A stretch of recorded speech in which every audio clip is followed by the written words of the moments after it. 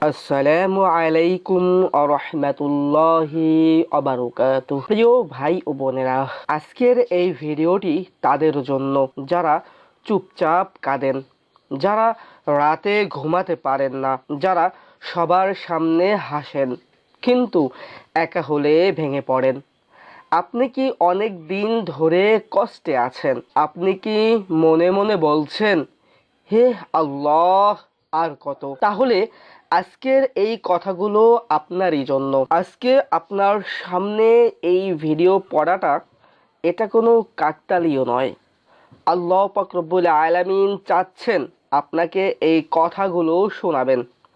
আল্লাহ পাক রব্বুল আলামিন চাচ্ছেন আজকের এই ভিডিওর সমস্ত আলোচনাটুকু আপনাকে জানাবেন। আজকের বিষয় সম্পর্কে আপনাকে অবগত করতে চাচ্ছেন মহান আল্লাহ পাক রব্বুল আলামিন।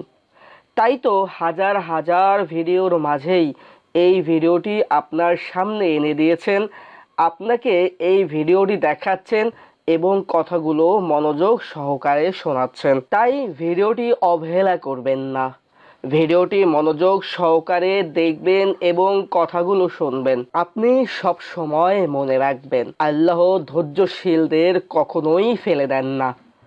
আজ আমরা জানব ধৈর্যের পুরস্কার আসার আগে কোন স্পষ্ট আলামতগুলো দেখা যায়।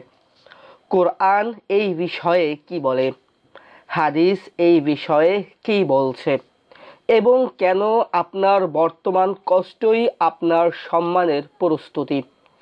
ভিডিওটি শেষ পর্যন্ত দেখুন, হয়তো আজ আল্লাহ আপনার হৃদয়ে নতুন আলো জ্বালিয়ে দেবেন। প্রিয় ভাই ও বোনেরা, আপনি কি লক্ষ্য করেছেন, যখন আপনি ধৈর্য ধরে থাকেন, যখন নামাজ ঠিক করেন, যখন তওবা করেন, ঠিক তখনই পরীক্ষা যেন আরও কঠিন হয়ে যায়।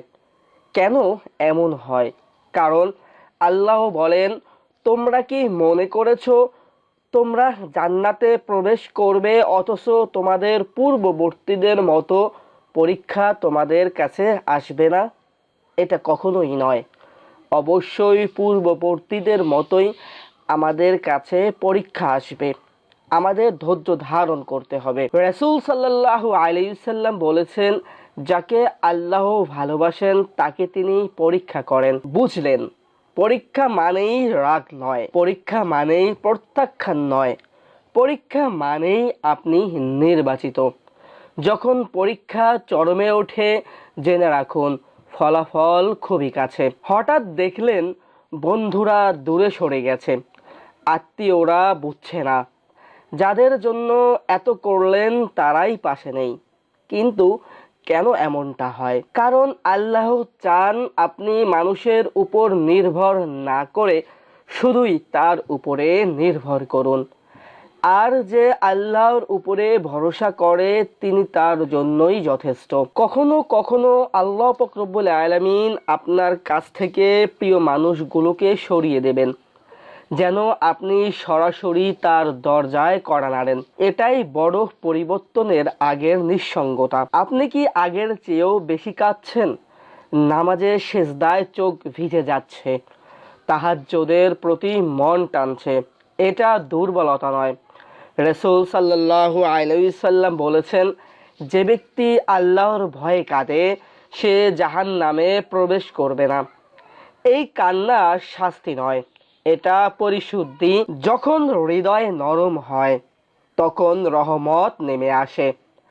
সবকিছু ভেঙে পড়লেও হৃদয়ের ভেতরে একটা অদ্ভুত প্রশান্তি দেখা যায়। কেন? কারণ আল্লাহ বলেন, নিশ্চয়ই আল্লাহর স্মরণেই অন্তর সমূহ প্রশান্ত হয়। এই শান্তি হলো সুসংবাদের পূর্ব আভাস। শয়তান তখনই বেশি ফিসফিস করে যখন আপনার বিজয় খুব কাছাকাছি।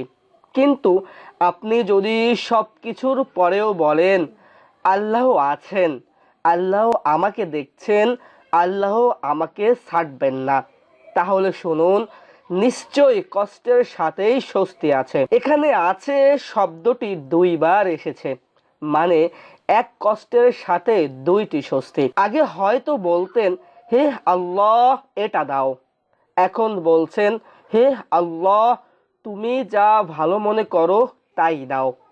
এই পরিবর্তনই হলো প্রকৃতিক ধৈর্য।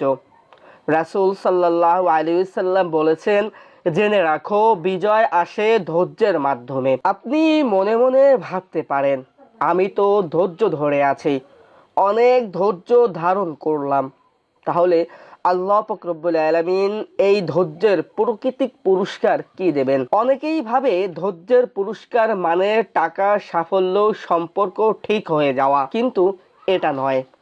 সবচেয়ে বড় পুরস্কার হলো আল্লাহর নৈকট্য। আল্লাহ পাক রব্বুল আলামিন বলেন, নিশ্চয়ই আল্লাহ ধৈর্যশীলদের সাথে আছেন।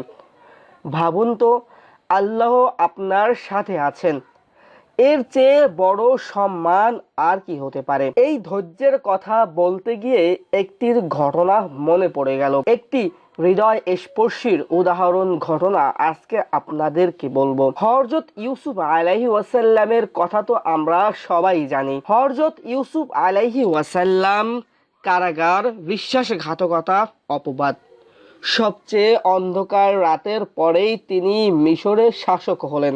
যদি কারাগার না হতো, সিংহাসনও হতো না। আপনার বর্তমান কারাগার হয়তো আপনার সিংহাসনের প্রস্তুতি। আপনি ইউসুফ আলাইহিস ওয়াসাল্লামের সেই ঘটনাগুলোর দিকে একটা বার লক্ষ্য করুন।